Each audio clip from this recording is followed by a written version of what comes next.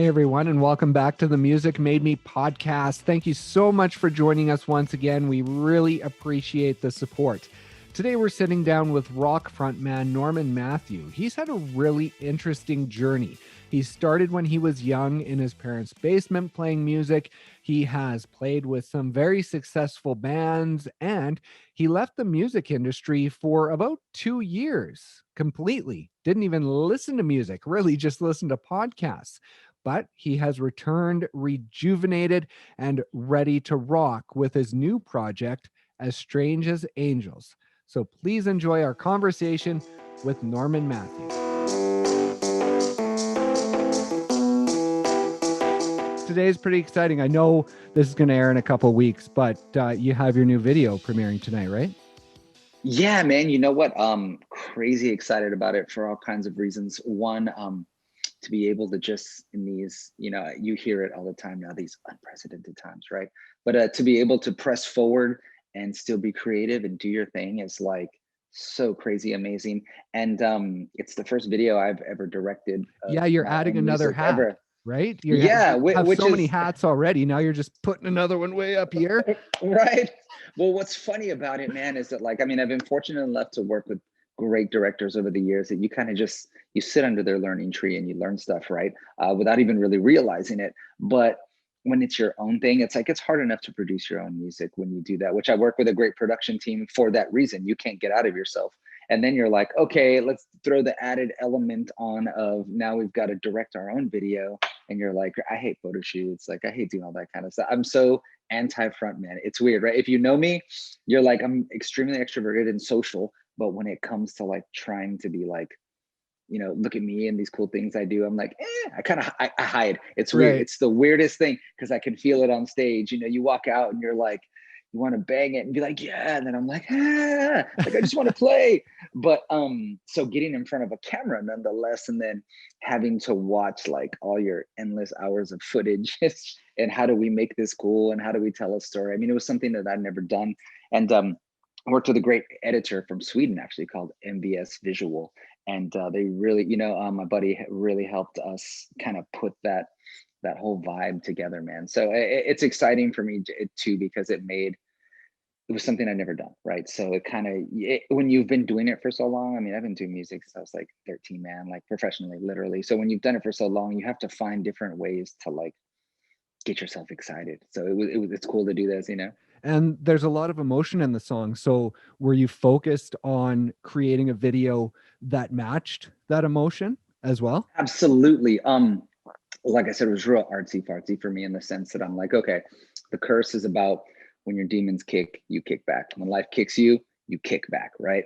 And I was like, okay, how can we, so some of it, is we're trying to tell the story through the people in the video, right? And so we've got each kind of feel, so to speak. Everyone in the video is essentially representing a different story, and they're telling their story through the video or through the imagery or through the whatever, and at the end though, everyone comes through it. It's kind of the deal.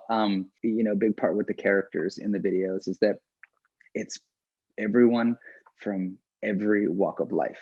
And that's something we wanted to represent too. We wanted to be empowering and somehow make a powerful statement, about, individuality and how important everyone is in this world in their own ways. So everything was just made from none of us really knowing what to do other than creating a message. You know what I mean? Right. And that's sometimes the best way it works, right? If you go in with too much of a plan, then you kind of get in your own head, right? And you're focused on that exact thing that you're trying to do. And if it doesn't go that way, then you, like I say, you kind of get in your own head and it goes sideways real quick sometimes. Totally. I tried to set up a storyboard and I was like, I'm gonna be real smooth about this, right? We'd work with this great director, Michael Carter, and he would come in with these notebooks of just each scene. And I remember learning that from him. And then it was like, yeah, I'm never going to be able to keep to that because I'm too spastic as it is. You know what I mean? Or if I don't get it right, then I freak out. I'm like, oh my God, now I failed myself. Right. Yeah, exactly. So the whole thing was kind of let's just throw that out the window, man. Whatever. and let's just hit it. And is that kind of the way you've been your entire life, sort of that way, or early on were you a little more focused on, this is what needs to be done, this is what I need to do, this is how I need to do it to get to where I want to be? I think with the how I wanted to get into the end zone and what I needed to do to get into the end zone, it was always like, this is my end zone, I got to get there. But I called all the plays all the way through, just as things would happen. You know what I mean? Because if we had followed even with as strange as angels in the path we were on, I mean, when COVID hit, like, it derailed everything we were doing. I mean, we were about to walk into some cool festival offers, summer tours. I mean, the band was just like, we're coming off 2 Billboard Rock Top 40s. It was like, dude, the jetpack was strapped on, right? Like, it was just a matter of time. And thank you all for supporting it, by the way. And then it just, when COVID hit, it was like, we didn't even know what to do. And I guess having that kind of like never surrender type mentality, was like, okay, all right, throw this at me, I'll just go this way. Like, basically, you're gonna have to kill me to make it stop. Otherwise, like, we're gonna roll. You know what I mean? And so I guess I've kind of always taken that approach to a lot of stuff, and especially with this Strange Angel stuff. From being in music for so long, it was like, you know what? I'm gonna trust in my production team. Jimmy and Dawson, they're amazing, which was huge for me because being a lead singer, you naturally have like a little diva thing going on because you've got a vision, and never mistake vision for drive, right? Vision for driven, right? But sometimes it can get skewed along the way in how you present it, right? So for me, I was like, you know what? On all of this, I'm gonna just follow the signs of life that life are throwing me, and for the first time, just like calm down and enjoy the situation that I'm in, right? So whatever it is, it was fun. I mean, even to the point where I remember Michelle and I were doing some shows early on, and it was like, dude, I even enjoy load in and sound check just because I'm so grateful to like have the opportunity to do it with a new project, right? That it's like, I don't even care, man. It's just, That's awesome. I can't wait for load in. So is that the same feeling, like you say you started like professionally when you were 13, 14? So was that almost that same feeling you had when you first started out, that all of a sudden it came back to you? Yeah, and I'm glad you actually kind of pieced that together. Along the way, man. So when I started really young, and our family's in the business too, and it was So what did like, your parents do? Sorry to cut you off, but no, I mean, they weren't like I mean, they played music. My dad's a pharmacist. My mom's like, she was a teacher and a juvenile court judge for fun oh, and all okay. kinds of stuff. But they played music. But like my brother and I, and my cousin and I, like we all, my brother plays in this band, Dorothy. He was a touring guitarist for John Fogerty. We've got a cousin who plays in the Rascal Flatts. So it's like Oh, all of this nice. is kind of like Wow. hung over. Oh yeah, it's crazy, right? So all of us have like, it's just kind of been a thing, right? And I tell people, sometimes you don't choose music, it chooses you, because it's like, there's been so many times where I'm like, I'm gonna go be a barber, I'm gonna go quit, I'm gonna do this, forget the business, man, it sucks, I hate the hustle, right? Yep. But I love the creative, I don't love the business side of it, right? Right. um and so I remember missing that, being 13 and being in my mom's basement and getting to play with older musicians in our scene, because I had the skills, and like my friends just were like not into it. They're like, dude, let's play Sad But True again. And I'm like, no, for the 30th time. I love that song, but like, I want to get out there and do my thing, right? Right. And so I missed that, just very, I guess, innocent, didn't understand the business, wasn't doing it for isn't any business reasons, like not even trying to get the chicks or something, right? It was just like, dude, I just want to get on a stage and rock out, and I don't even care who's there. And I missed having that feeling, because once, I mean, I'm not complaining, I've been lucky enough to make a career in music for myself, right? But along the way, your blinders then get on that aspect of it, right? You're like, okay, it's business now. It's not called music fun, it's music business. And so you get so wrapped up in it that you kind of forget how to get out of that. And so for me, I really wanted to get out of that and just really get into that excited feeling again, which is why I opened myself up to, let's do everything new. You know what? Never directed a video. Let's do it, because I feel like excited. No, man, I've never plowed through hours of video and messed with editing software. This is going to be fun, right? I'm like, because I Nice. see everyone else agonize over it, and I'm like, and they know what they're doing. So I'm like, oh my God, like, but it made me excited again in the same ways that I didn't know how to record a demo in my mom's basement, but I would still put up egg cartons and get like cardboard and try to make drum shields, and like had a 4-track recorder and would bounce 3 of the tracks to one so that I had 3 more tracks, even though I'm adding tape hiss on tape hiss. The thing was, it was like, you had that drive again. You know what I Right. mean? That Yeah. excitement of just like, I don't know what's on the other side, but I want to find out, versus being, well, we know how this is going to go. We know it's going to end up. Here's a realistic like ceiling. I was like, dude, burn it all down, man. And how did you start? Did you start out on guitar or drums or singing? Where was your first sort of breakthrough into live music?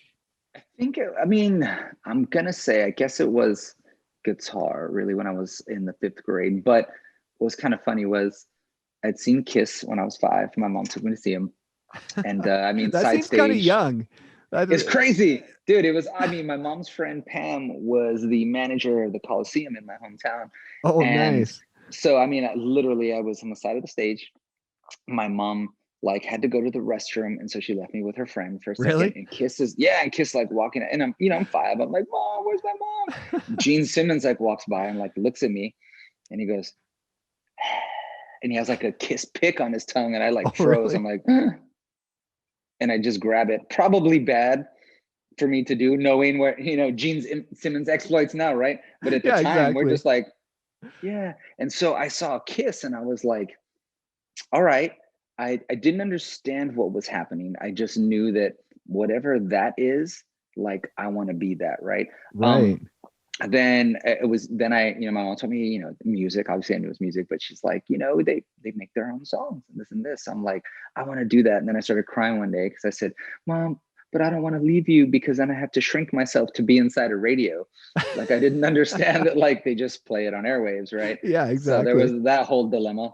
Um, and then I came across Guns N' Roses in the 5th grade, and I had loved Axl's voice, and I loved Slash's guitar playing, right? But I hadn't played an instrument yet at the time, other than piano. Just kind of messing around with stuff, and air drumming, of course. And I would sit on my mom's trunk of her T-Bird and like bend her antenna, pretending I was like Peter Criss and stuff, and singing. Nice. um, and I saw Duff in Guns, and I was like, oh, 4 strings, just playing, whatever. Looks kind of simple. I want his job, because I never wanted to be a frontman. I just wanted to Okay. kind of lay back and be cool. Nikki Sixx, Gene Simmons, like, duh, just in the background. Don't really look at me, right? Yeah. But when I started writing songs, and I was like, oh, that cool sound or I wanted to write songs. That cool sound is an electric guitar. Oh, well, then I got to be a guitar player. So my parents were like, play classical. And if you play classical, maybe we'll get you an electric. So I said, bring it, buddy. So I spent my 5th grade summer learning all the finger picking, learning flamenco style Oh, classical guitar, nice. right? And I was like, all right, where's my electric? Come on, suckers. So my dad handed me down his Les Paul, which I still use Ooh, to this day. nice. Yeah, which was massive for me. And Les Paul and a Marshall, like in 5th grade. I'm like, dude, I'm a Yeah, jam. that's huge. Yeah, but I still wanted to be in the background. And it wasn't until I think probably like my sophomore year in high school, where we were in bands, and no one could sing because we're all going through puberty, like, maybe freshman year, right? Our voices are everywhere, Yeah. but we had a party that we were supposed to play, and I was like, this is my moment. And our singer quit like that day, like Oh, after school. And really? I was like, backyard parties were the jam in our day, right? So I'm like, dude, you know what? We're playing that show. I will get on that mic and sing. Like, I don't care what happens. And And had so I you went. sung before?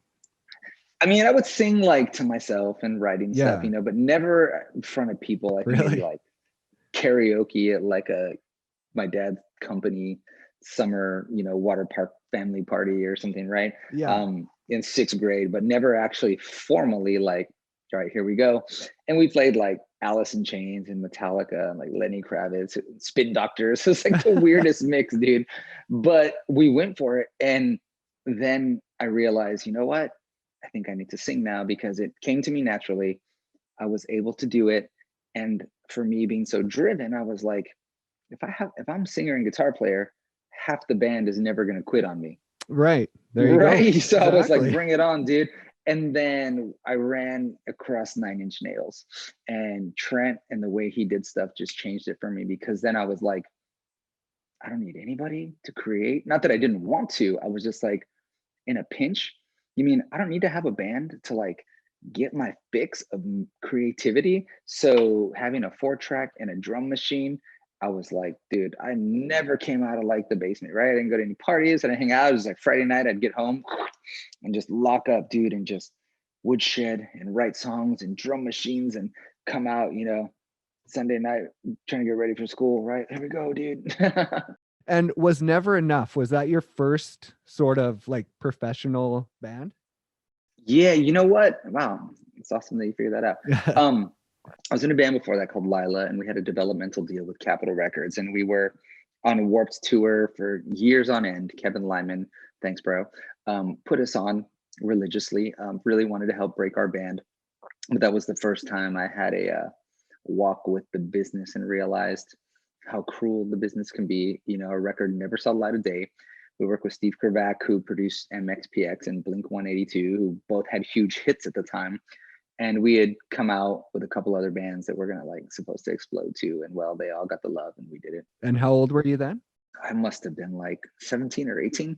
Oh, okay. And Dave Navarro was coming out and doing his TV show, and his manager took over the president of Capitol Records. So basically everything went into Dave, which I mean, I don't blame him. And then whatever was left went to the bands that they threw on the wall. If it sticks, that band will survive. And we just didn't stick and survive, right? So, we were just kind of like, what do we do, right? Which is a bummer, but it was a good thing for me to go through, because it also did lead me to working with Keith and Trevor and Never Enough, which they were in one of my favorite bands, 18 Visions. And they had just come off being in, with their record on Epic Records, which I thought was just like one of my favorite records. And so I would have never been in the position to work with them had I not gone through some of that. And that was probably, honestly, one of my favorite things to do musically up until that point, for sure. Because I mean, it's crazy when you're working with a band who you're like, they're a couple years older than you, but like you're crazy fans of them. You're like, dude, like I would open magazines just to like watch you guys, right? Like, what are they up to? I gotta be like them. And Keith really put the screws to me as far as helping me as a vocalist, which was great. And man, that was a real bummer too, because we had all the juice going into it. We were signed to a label, Koch, that changed to E1, and we kind of fell through the cracks because our release date kept getting pushed back. And I mean, we were set up to do some cool stuff, man. I mean, at least within our scene, with their following, with Epic Records, the people that had supported me through the Capitol stuff. It was like everyone wanted to see that band's record blow up, and we were going to have a couple whacks at it too. That's also when I got to meet Bo Hill, who was the co-founder of Interscope Records, produced, Rat, Eric Clapton, Alice Cooper, all those cats, who we now call Uncle Bo, because he became my production mentor and is still in my life to this day. So there's a lot of stuff around Never Enough that came out of that just really kind of it's almost like everything had to play its little part, right?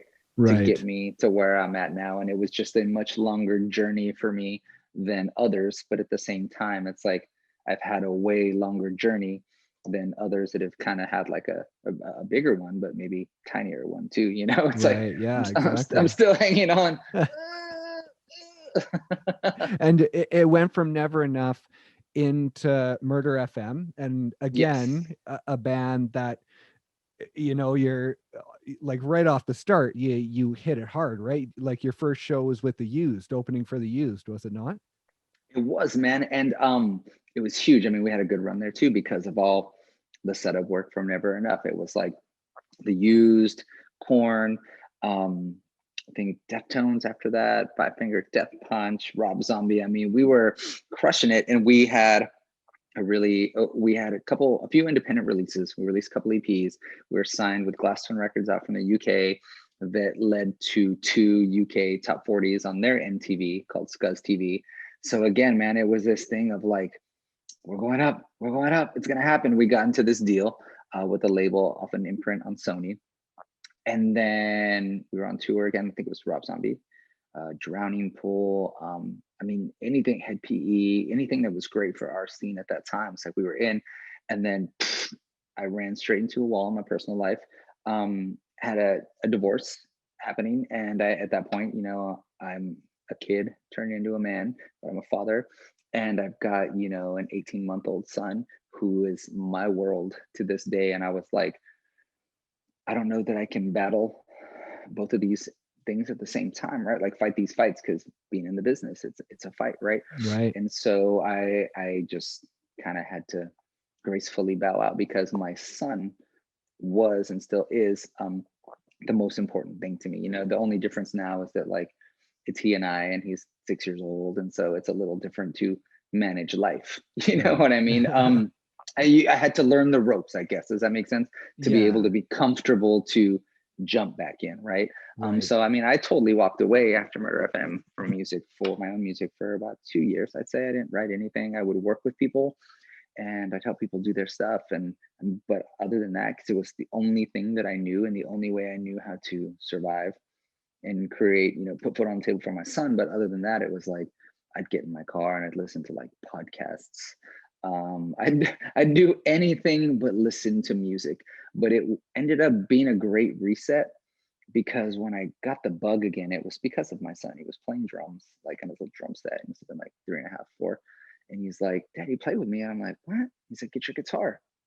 I'm like, okay. So I start playing. I mean, we used to have, like, growing up, there was instruments everywhere, littered with music everywhere. Like, if you walked into my house, you wouldn't even know I played music, because I was so like, right. Right. It was like, oh, that Right. must just be his hobby guitar next to the fireplace or something. There was no posters, there's no jamming music, like there's no, just different. And I was like, all right, dude, I had to like kind of dust it off and tune it, and started playing along. And I realized he had never seen that side of his dad. Right. Other than shows, I mean, he went to when he was like a year old, but you're like, how's he gonna remember that? So I was Yeah. like, you know what, let's do this again. But he reconnected me to that exciting part of just like loving it for the sake of loving it, and having zero other motive Right. in doing it. You know what I mean? Right. So it got me pumped again. And then not hearing music for a couple years was like, other than I would listen to maybe my old stuff, right? I would go back and listen to Kiss and Guns, because it's just like a trip down memory lane, right? To me, music is the soundtrack to our lives. So I mean, if I listen to music, I'd listen to something old, because it would remind me of a less difficult time in life. When life was Yep. easy, when the biggest thing I had to figure out was, will I have enough time tonight to learn the tapping solo to One from Metallica, right? So, and get Whataburger with my friends or something. So that was Right. it. And I hadn't heard so much new stuff that I was like, whoa. It was almost like I took a deep dive. And then in taking the deep dive, you're like, oh, this is what's out there. This is what people's listening to. Oh my God. Like, I am excited again, because I'm like mad scientist. I love producing. I'm like, I can get all these new plugins, do all these crazy new things, try all these new sounds. Then it was like new again. I can write different. I can do different things. I'm going to reinvent myself. I'm going to, lose 20, 30 pounds. I'm going to grow my hair out. I'm going to like just reinvent myself, because I felt like a different person. I was like, dude, it's like anything before that time was like an alternate lifetime. That is not a Norman that I remember, but I remember this Norman, right? So it was this weird thing, man. And to get back in, it's been fun. And so I'm just so grateful to be able to do it now. Yeah. And like you say, your son reconnected you with music. And did you ever think about the fact that, you growing up with music, that was such a big part of your life? And now all of a sudden with your son, you weren't giving that to him. He didn't have that. He didn't have that music to kind of inspire him. So did you ever think sort of about that angle, about now you're giving your son this music and this inspiration that you had when you were that age? Oh yeah, totally. And what's funny is I'll see him walk around the house, and he'll be like, he's like playing with like his little Lego Ninjagos. I mean, they're actually right here in front of me, right? And he'll be like, he'll be having a battle and he's like like making songs and stuff. I'm like, what are you doing, bro? He's like, I'm writing a battle song. I'm like, whoa, all right. But it's funny to see him naturally have it. I think if he didn't naturally have it, I might have like just kind of shied away from it. But to see, it's like when you do something and you're experiencing something, like, you know, and I was like, whoa, he's got the bug just like I do. Right. That's crazy. You know what I mean? Like, I don't have to push this on him. Like, he's like, he loves this. He loves banging away on drums. He loves piano. He loves writing lyrics. He's like always bopping his head to something. And I'm like, he'll walk around the house. And I'm like, dude, this rules. That's awesome. And like, it's in your family, right? Yeah, I mean, it's like I It's in told your you, man, it's blood. just that thing. You try and walk away, and you're like, man, this is gonna be like, this is like the one thing in my life that just like, no matter what I do, I will be attached to it one way or the other. I feel like, Right. you know, music made me. Yeah, Huh? there you go. See what I did there? Exactly. We use the title. We use the title. Didn't even plan that.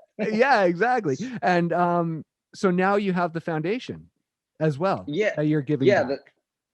The Sound Foundation, and Yeah. what I love about it is that it's become bigger than me. You know, the players that are involved: Johnny Kelly from Typo Negative, CJ from Johnny and Paul, my drummer Michelle, DC, a wonderful vocal coach. I mean, literally, we have been now. Our thing is to help artists. A real big thing is helping 18 and over artists, and reason being 18 and over is like, I remember being there with my bands, but like something was missing. And I'm like, man, if we're like artist consultation, artist development, where it's like, you're not at that level to need a manager yet, but you do need someone to bounce things off of, right? To help, hey, what would be best for our band? Because there's not a one size fits all for everybody. You can't just be like, well, learn your instrument and be the greatest at your instrument and you'll succeed in the music business. Like, have you heard Kurt Cobain sing and play guitar? Like, no offense, he's not really great at either one of them, right? But Kurt was Kurt, and Kurt unlocked Kurt that touched everybody one way or the other, right? Like, if you didn't like it, you still knew Nirvana, right? They made such an impact. There's so many artists that do that, right? And that is our thing, you know, that one, I'm like, we got to give back some of that. And we've got to use the positive side of stuff that we have to be able to help others reach their goals. We work with a lot of vocalists that come in and work with DC that they're singers and they're singers in bands, but they're killing themselves on tour. You know, dude, how do I keep, you know, and there's stuff like that. That's what I mean. You know, I wish someone had told me at, 25 when I'm every night, oh, do this. You're like, great. So that's what I mean by there's no guidance once you get to a certain age. Everyone's kind of like, I don't need help. You're like, Right. that's probably when we need the most help, because you need to keep fine tuning what you're doing. You need to fine tuning when you're touring, fine tuning when you're doing business, fine tuning when you're seeking investment.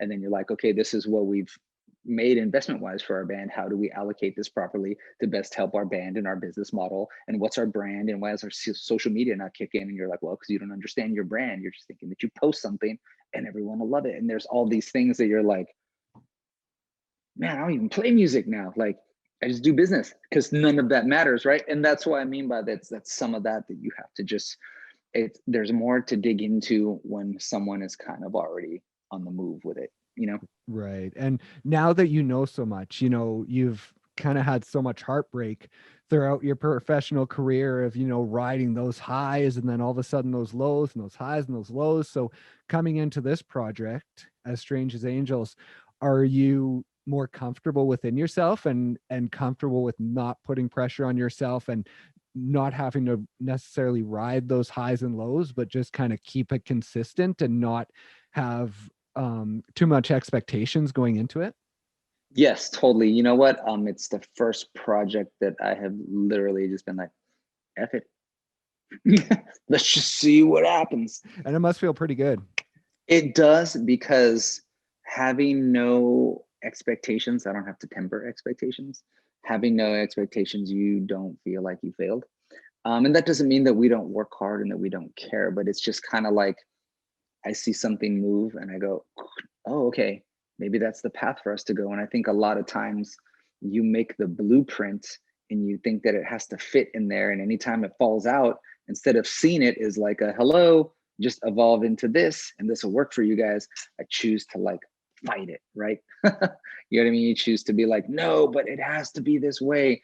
And so that's been really fun, like, especially with the music, you know, because there's been no real, I want to do this. I mean, and it started as a solo project, but it wasn't really that. It was just like, I want to create music and I don't want to have parameters put on me because I'm excited right now. You know, I want to be like Prince or something, right? I can write an acoustic song, I can write a pop song. I will never, let me just go on the record now, nearly be as cool or have a speck of the talent that Prince has. So I want to make sure no one thinks I'm comparing myself. But what I'm saying is that model, you know what I mean? You know, even like, it still sounds silly too, like a Bruno Mars, right? Like every song you hear from the dude is different. I wanted that freedom to be able to be like, maybe I just play a kazoo and a kick drum on this song. I don't know. Maybe I won't. Maybe I'll go right back to the stuff that I love, which is heavy rock and big choruses. But if it does get that way, it's going to be that way because that's the way it just flowed out. Not like saying, I have to create this. This is what I want. This is what I do. And this is the only thing that I will do. So at the time when I started the project, just how the name came out as Strange as Angels, I was like, I'm a huge Cure fan, for one. And I felt like the name didn't lead itself to any sort of musical connotation. Like you hear the name and you don't know what the band is going to sound like. You really don't, not to me, you know, and I didn't want to call it Norm and Matthew because it was like, I didn't really want it to be like a solo project like Nine Inch Nails. They're like, no, man, it takes people to make the magic happen. But I also didn't want to feel like if I had a band in place, I have to write for a drummer, I have to write for a guitar player. It's like, I just want to write for the song. And that's something that I never really did because I had to feel like I had to write to just what was already in there. You know what I mean? These are the positions. So there has to be a part for everyone that has this position. And so is it important for you now moving forward as we sort of come out of this state we're in and get more into touring and your music gets out there more? Is it important for you to keep that control and not get into the same situation you were before and all of a sudden a record label comes in and says, you know, we want to do this with you, but you got to do it this way and do it on our timeline and everything? You know, are you focused on just kind of doing it your way? That's a scary part, right? Because you're like, I think I am. I mean, we all want to get the brass ring at a certain point because we don't want to have to write the checks that you have to write when you're independent to make it happen. That's that hustle that I don't like, right? I'm like, I like the creative. So it's great to have a team to be like, let me get this straight. All I have to do is crank out the creative, be where I need to be, and do what's asked of me, and you'll handle everything else. I'm in, right? But at the same time, having my son, like being a father is number one. It's like, if it's going to take away from anything in his life, then I don't know how interested it's going to be unless it can somehow pay itself back to enriching my son's life in exchange. Does that make sense? Yeah, for You know, like, sure. hey, man, I got this really cool opportunity, so I've got to eat it for 13 months on the road or something. But at the back end of that, that's going to be able to change the game for the things that I can do and provide for him. Then you're like, all right, I'm in. You know, otherwise it's kind of like, I think we're just gonna just, again, man, see where it takes us. What knocks on our door, we'll answer and see if we dig it. And that's really cool to have come to that point in my musical career, which where it isn't just about like being the biggest, raddest, coolest, most money making, most popular one. You're like, I don't even care. Like, if I can write some stuff and then 50 people connect with those lyrics and be like, dude, that song changed it for me, that's almost more of a success to me because I'm like, wow, I never thought I could do that.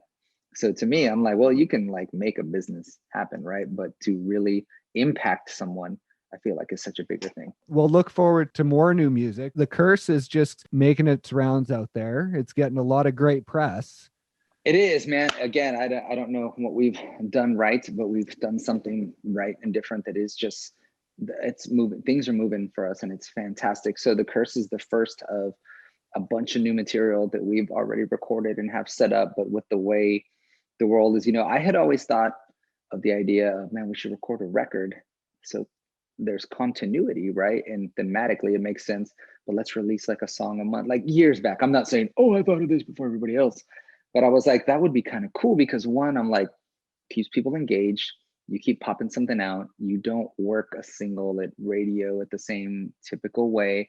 And sometimes the freedom I do love of that is like,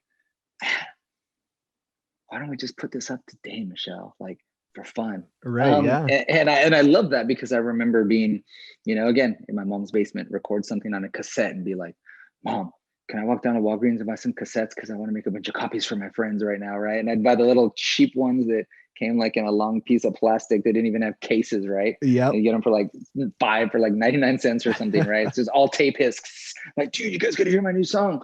But I remember that feeling. And so there's moments like that. And I would imagine as our fan base grows, as it's growing now, I'll probably like flex that muscle now and again, like just for fun. Like, you know what? This song has no agenda, no campaign, no anything, because I can. This is the one time I'm just going to be like, boop, send, y'all check out this new song. You know what I mean? Just because I want to see what someone would think of it, Exactly. That's awesome. Well, we'll look forward to brother. it. And thank you, sir. I could talk all day with you, but I know you have studio commitments and other stuff going on. So thank you, man. I appreciate that, dude. You have a wonderful one, man. Thank you so much. All right, man. Have a good one, bud. Okay. Peace. See ya.